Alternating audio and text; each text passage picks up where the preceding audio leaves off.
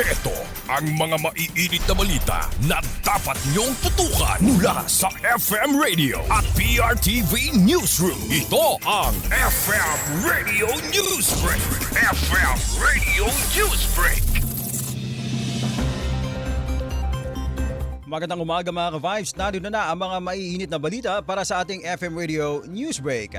Inatasan na ng House Committee on Justice si Vice President Sara Duterte ng kanyang formal na sagot sa dalawang impeachment complaints na inihain laban sa kanya. Sa abiso may petsang March 4, pinaghahanda si Vice President Duterte na magsumite ng verified answer sa loob ng 10 araw alinsunod sa patakaran ng Kamara. Pinangunahan naman ni Batangas Representative Jervil Luistro ang komite na nagsabing may sapat na nilalaman ang mga reklamo upang ito ay talakayin. Kinumpirma naman na natanggap na ng Office of the Vice President sa Mandaluyong City ang abiso. Sa ilalim naman ng panuntunan ng Kamara, kailangang makapagsumite ng sagot ang respondent bago ipagpatuloy ang mga susunod na deliberasyon sa mga reklamo. FM Radio Newsbreak. FM Radio Newsbreak. Samantala sa iba pang mga balita, naghain ng ethics complaint ang mga women's rights advocates laban kay Quezon City Representative Bong Suntay dahil sa kanyang kontrobersyal na pahayag tungkol sa aktres na si Ann Curtis. Kasama ng grupo sa paghahain ng reklamo si Gabriel Representative Sara Elago. Ito ay matapos iutos ng House of Representatives na harapin ni Suntay ang House Committee on Ethics dahil sa kanyang mga komento sa isang pagdinig na may kaugnayan sa impeachment complaints laban naman kay Vice President Sara Duterte. Sa pagdinig, ikinuwento ng mambabatas na nakita niya si Ann Curtis sa isang mall at sinabing nakaramdam siya ng desire na umani ng batikos mula sa iba't ibang grupo. Humingi naman ng paumanhin si Bong Suntay sa mga nasaktan, ngunit iginiit na wala siyang masamang intensyon.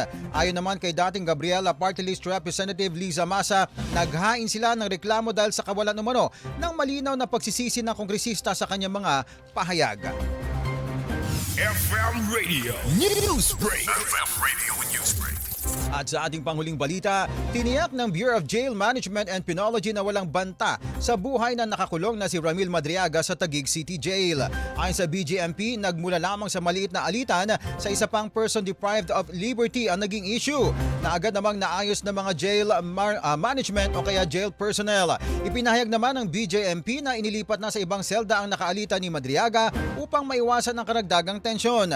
Samantala, pinayagan din ang National Bureau of Investigation na makapagsagawa ng investigasyon at makapanayam ang mga posibleng saksi sa loob ng pasilidad.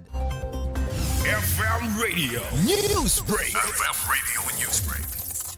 At yan mga ka-Vibes, ang buong kalipunan ng ating pagbabalita para sa ating FM Radio Newsbreak. Ako po si Cherubim Ganaden. Magandang umaga. Inyong narinig ang FM Radio Newsbreak dito sa FM Radio, Favorite Music Radio.